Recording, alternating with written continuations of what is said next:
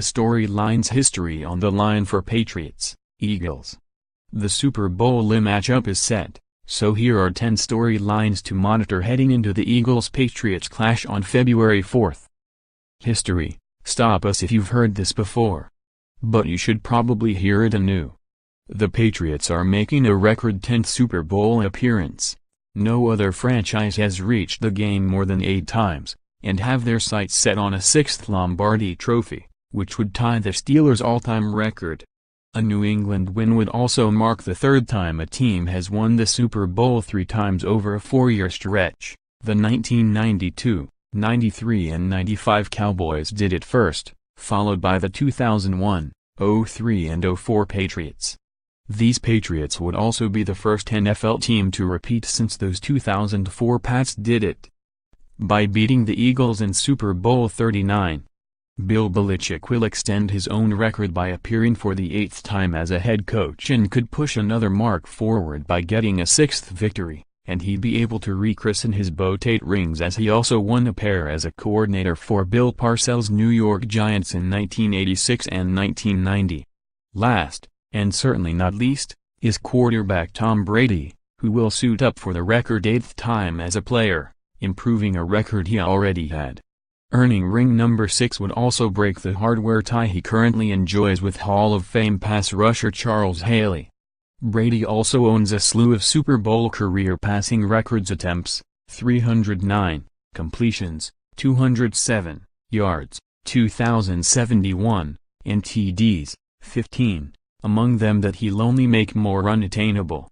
And, naturally, a 5th Super Bowl MVP would be gravy, given no other player in NFL history has 4. History? This will be the Eagles' 3rd trip to the Super Bowl, and they're still looking for their first triumph. In fact, long-suffering Philly fans last enjoyed an NFL championship in 1960, 6 years before the first Super Bowl. Making matters worse, the other 3 teams in the NFC East, Cowboys, Giants, Redskins, have combined for 12 wins on Super Sunday. This seemed like a special Eagles squad when Carson Wentz looked to be on his way to an MVP season. Hopes may not have been totally dashed when he ripped up his knee in Week 14, but optimism that this may be a long-awaited team of destiny is certainly back in force now. More, Eagles vs. Patriots Super Bowl LII preview, 3 things to know more. Upon further review, underdog Eagles look to have their day in Super Bowl more. Eagles Lane Johnson looking to dethrone pretty boy Tom Brady, Patriots last hurrah? ESPN published a harrowing story January 5, during the Patriots bye week, alleging great tension within the walls of one Patriot place and floated a theory this could be the last time Belichick, Brady and owner Robert Kraft will operate under the same tent. That seems increasingly unlikely given Brady is under contract for 2 more years while once apparent heir apparent Jimmy Garoppolo is now busy trying to restore the 49ers' luster. But these Pats are due for serious transition regardless of what happens at the top of the organizational flowchart. Offensive coordinator Josh McDaniels and defensive coordinator Matt Patricia both have been in their current roles since 2012. And Patricia has been on staff since 2004 are expected to move on to head coaching opportunities in Indianapolis and Detroit, respectively. The last time New England lost both coordinators, following that Super Bowl XXXIX defeat of Philadelphia, Charlie Weis and Romeo Crennel both left, the team spent a decade searching for its next championship. Continuity, after all, is key. And from a roster perspective, New England could lose left tackle Nate Solder, cornerback Malcolm Butler, receiver Danny Amendola, running back Dion Lewis and special teams ace Matthew Slater to free agency. Insider info? Part of New England's brilliance is constant evolution and the ability to attack, defend and beat teams in various forms.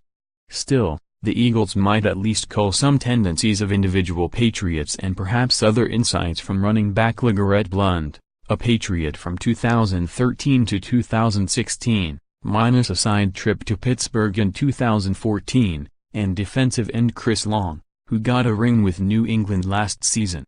Gronkowski, All-Pro Patriots tight end Rob Gronkowski was lost to a concussion in the first half of the AFC Championship game. Yes, He's got 2 weeks to recover, but concussions are scary and tricky. Gronk is in his 8th season, but he's only been healthy for a Super Bowl once, the victory over Seattle 3 years ago when he caught 6 passes for 68 yards and a TD against one of the best defenses in recent NFL memory. A severe ankle injury limited him in the Super Bowl XXXIX loss to the Giants, and he missed last season's matchup with Atlanta. He's obviously a key to New England's offense and a player almost sure to make a significant impact if he's healthy. Eagles Pro Bowl safety Malcolm Jenkins may be the man given the unenviable task of slowing number 87. Not your fraternal twins Patriots, if it seems like the New England lineup, aside from Brady, changes every 5 minutes. Well, of the 22 starters the Patriots used in Super Bowl LII against Atlanta, only half started Sunday against Jacksonville. Regulars like defensive back Duron Harmon and wideout Chris Hogan subbed into the AFC Championship game, while Amendola came off the bench versus the Falcons. Still, the 2017 Patriots are significantly different from the 2016 Patriots. In Gronkowski, Brandon Cooks, James Harrison, Stephen Gilmore. Out, Blunt, Julian Edelman, Malcolm Mitchell, Martellus Bennett, Rob Ninkovich, Dante Hightower, Logan Ryan. Foles factor: Nick Foles has never taken a snap against the Patriots in his 6-year career. That's probably an advantage for New England, given its aforementioned ability to go the chameleon route and devise an entirely different scheme from whatever Foles might study on tape, no matter how far back he digs into the film vault.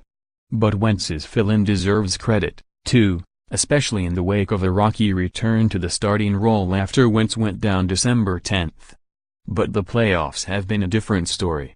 The Falcons and Vikings both packed talented defenses, and neither was probably overly concerned about Foles besting them. Well, call it the Foles folly. He was efficient in beating Atlanta, then deadly against Minnesota's top-ranked defense, which he shredded for 352 yards and 3 TDs through the air. Foles hasn't committed a turnover in the postseason, and his 122.1 QB rating even makes Brady's 105.0 look pedestrian by comparison. Foles' supporting cast: All-Pro right tackle Lane Johnson is the mainstay of an offensive line that's continued to thrive despite a season-ending knee injury to stalwart left tackle Jason Peters. Center Jason Kelce and guards Brandon Brooks and Stephen Wisniewski have been superlative inside. And Pro Bowl tight end Zach Ertz headlines a diverse group of skill players that also showcases receivers Alshon Jeffrey, Nelson Aguilar and Torrey Smith with Blunt, Jay Ajayi and Corey Clement working out of the backfield.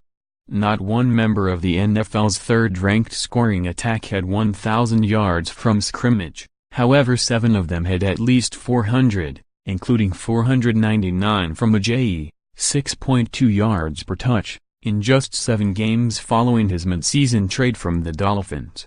However, keep an eye on Peters' replacement, Halapula Vaitai. He could be the weak link the Pats look to exploit and the player the Eagles might need to mask against the likes of Harrison and Trey Flowers. The key matchup, Super Bowl LII, could pivot on how well Brady handles the Eagles' defensive line, a deep group anchored by Pro Bowler Fletcher Cox, who is flanked by highly underrated studs Brandon Graham, Timmy Jernigan and Vinnie Curry, with long and first-rounder Derek Barnett rotating in off the bench.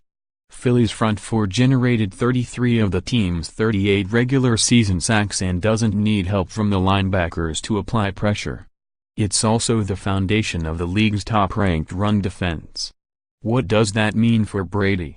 His quick release and penchant for distributing the ball to slot man Amendola, Gronkowski and running backs like Lewis and James White could be as crucial as ever, given the unlikelihood the Eagles will give Brady time to wait on slow developing plays, plus the fact that their run D could render play action ineffective.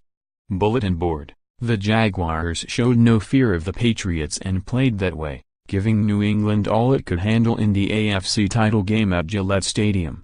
Johnson apparently isn't cowed, either, saying after the Eagles beat the Vikings, "Hey, Tom Brady. Pretty boy Tom Brady. He's the best quarterback of all time, so, nothing I'd like to do more than dethrone that guy." Brady is the only remaining player from the team's Super Bowl XXXIX matchup, though apparently Johnson holds a grudge from that game, too. For what they did to us in 2004, to get payback, there would be nothing sweeter than that, he said. I remember watching that game when I was 14 years old. I was hoping the Eagles would win. Just coming up short, you could feel the pain, and you could also feel the passion of what this city wants. And we're here, so it's right at our fingertips.